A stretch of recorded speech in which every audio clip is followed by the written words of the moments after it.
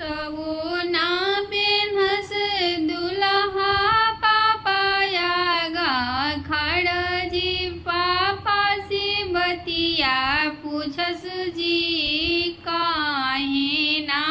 अइले कौन हमरो फूफा जी काहे ना अइले कौन हमरो फूफा जी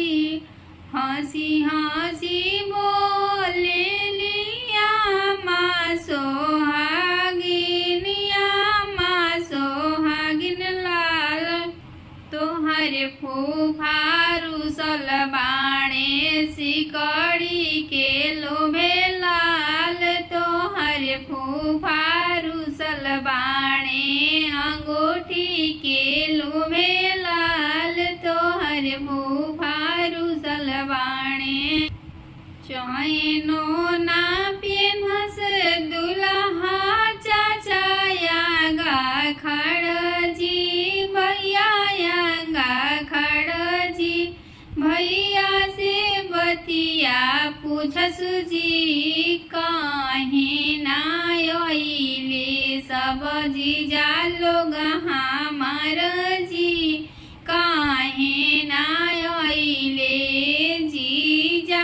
हमार जी काहे ना अइले सब जीजा लोग हमार जी हंसी हंसी बोले ले चाची सोहागिन लाल भाभी सोहागिन लाल तोहार जीजा रुसल बाणे मारसल के लोभे लाल तोहर जीजा रुसल बाणे करावा के लोभे लाल एही से ना अइले तोहरो सब जीजा लाल एही ना अइले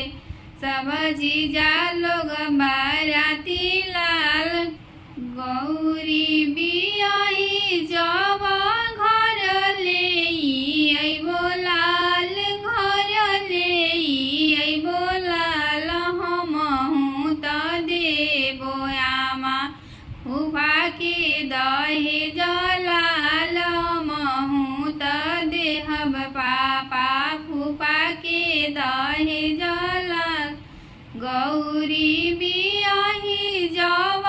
घर ले अइबो लाल घरे ले अइबो लाल जवन नेगवा मिली उहे रे नगवा देबो लाल जवन नेगवा मिली है उहे रे नेगवा देबो लाल